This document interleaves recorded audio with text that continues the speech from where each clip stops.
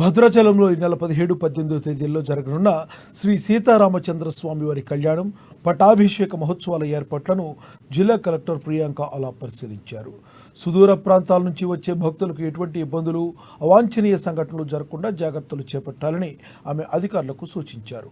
భక్తులు కూడా అధికారులకు సహకరించాలని కోరారు. కళ్యాణ మహోత్సవం, పట్టాభిషేకాలకు అన్ని ఏర్పాట్లకు సర్వం సిద్ధం చేస్తున్నామని తెలిపారు.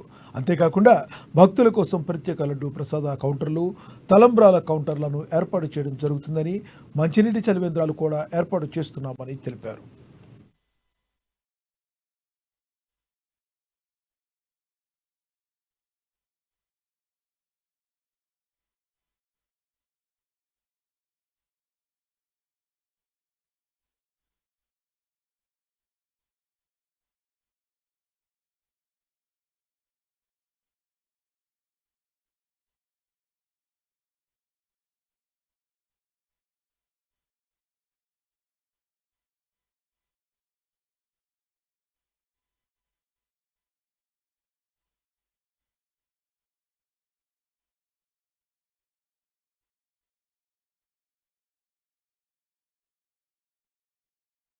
శ్రీరామనవమి రోజు కళ్యాణం పట్టాభిషేకం గురించి ఏదైతే అరేంజ్మెంట్స్ ఉన్నాయో ఇక్కడ రావడం జరిగింది. సీనియర్ ఆఫీసర్స్ అండ్ ఇక్కడ రావడం జరిగింది.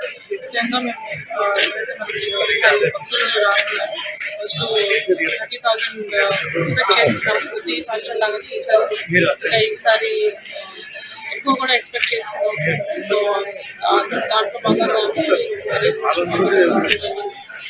ముఖ్యంగా భక్తులకి ఎలాంటి అసౌకర్యం కలగకుండా ఎండ తీవ్రత వలన ఎలాంటి వాళ్ళకి ప్రాబ్లమ్స్ రాకుండా చూడడానికి డ్రింకింగ్ వాటర్ పాయింట్స్ కానీ, దెన్ షేడ్ ఫెసిలిటీస్ కానీ, ఇంకా టెంపుల్ చుట్టూ ఇంకా పనిచేసిన టౌన్ అంతా కూడా sufficient number of drinking water points కూడా పెట్టడం జరుగుతుంది.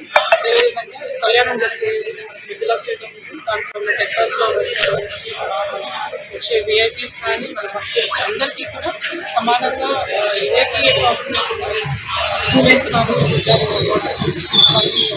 శ్రీరామనవమి రోజు కళ్యాణం పట్టాభిషేకం